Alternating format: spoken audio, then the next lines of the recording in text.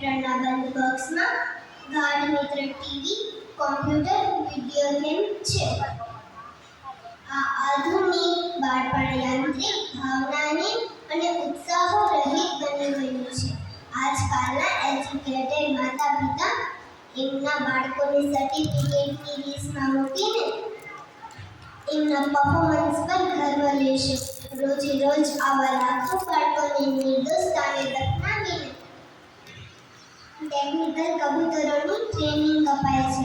એમની નિર્દોષતા, માસૂમિયત, હાસ્ય ખિલખિલાટની પાંખોને કાપીને એક્સ્ટ્રા કોચિંગ ક્લાસની પાંખો ચડાવવામાં આવે છે અને પછી ગર્વથી કહે છે, જુઓ મારા દીકરાને કે દીકરીને કેવું ટેલેન્ટેડ છે. સવારથી રાત સુધીનું શેડ્યુલ નક્કી હોય. સવારે ઉઠવાનું અને પહેલી ઉઠીને આવે ત્યારથી જ રોકતું ચાલુ થઈ જાય.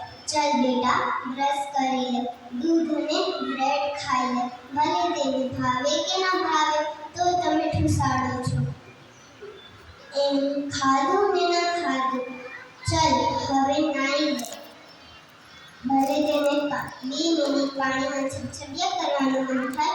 તેમ કહીને લોકો છો કે ગાંડા વેડા શું કરે છે. ચાલ હવે બેગ ભરીને નિશાળે જા.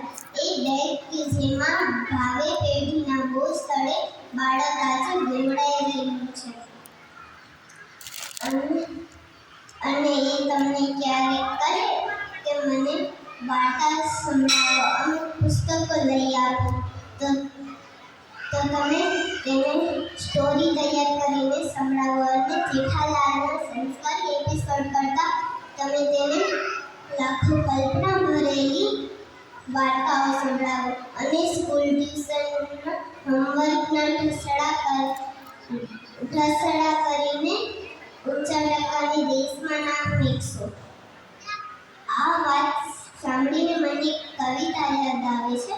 નિખલ જતા તો ગઈને ભોળપણ પર ચાલી ગયું, નિખલ જતા તો ગઈને ભોળપણ પર ચાલી ગયું, આમ જ સમજદાર બનવામાં બાળપણ ચાલી ગયું, આમ જ સમજદાર બનવામાં બાળપણ ચાલી ગયું.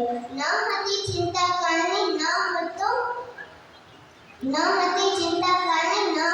ભૂતકાળનો અફસોસ, ન હતી ચિંતા કારણે ન હતો ભૂતકાળનો અફસોસ, આમ જ ભવિષ્યની ચિંતા કરવામાં બાળપણ ચાલી ગયું, આમ જ ભવિષ્યની ચિંતા કરવામાં બાળપણ ચાલી ગયું.